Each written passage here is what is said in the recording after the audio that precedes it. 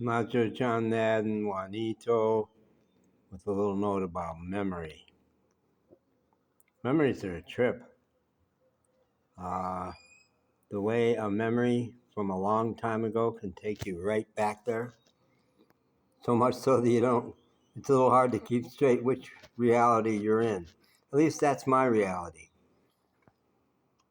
For a long time, my memories were not very accessible to me. I went through 30 years of being misdiagnosed as bipolar and taking horrid psychiatric drugs that made everything blurry. All the memories from those 30 years have been blurry. They're all coming back. Everything's coming back little by little. But the memories before I got on those drugs pop up just so clear. It's like I can see every detail. I can almost smell the memory. So today, I've had a lot of back and forth by text message with a friend in Playa del Carmen who I knew 5 months ago. I knew a lot. We spent a lot of time together in a hostel. We were both guests in a hostel. And we had lots of conversations and got to know each other pretty well. And then I didn't see her for several months and saw her in the little pueblo of Acamal where I am right now, 6 blocks in that direction, right in front of the coffee shop on Main Street. She just, boom, popped up there with my other friend Tony from that same hostel, and it was astonishing, blew my mind. Well, I haven't had any touch with her since then, and this is like 6 weeks later. But today we had I sent her a lot of stuff about her, including a long video I shot that same Christmas day when I had seen her, and about how important she was to me.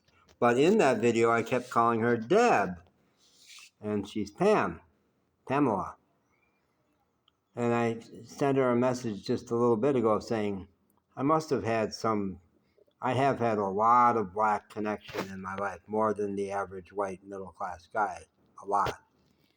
I said, I must have had a black woman friend named Deb. Maybe I'll remember who it was. And just a couple minutes later, I remembered.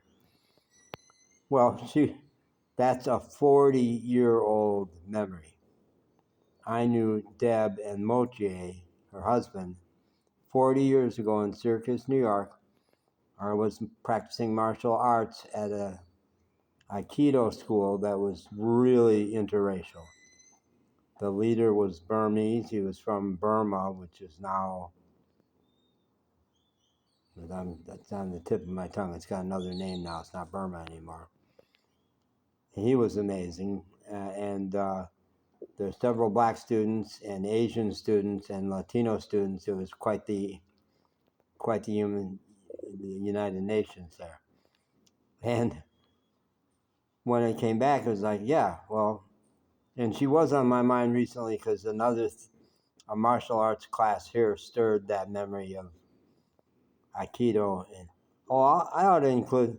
I'm going to send her the video and post. Maybe I can repost or put a link. I'll put a link in this video to the one where I described the incredible Aikido experience I had 40 years ago. Yeah. So memory, it's great. It's great. I do believe that everything is stored somewhere in your brain. And if something just lights up that cell, boom, you're right back there.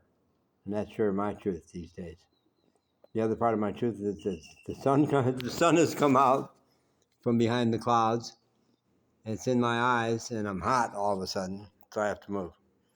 So that's God's sign that I need to sign off to you, my beloved listeners. Any of you who are listening, but maybe I'll send this one to Pamela. Someday she'll listen to it. All right, bye.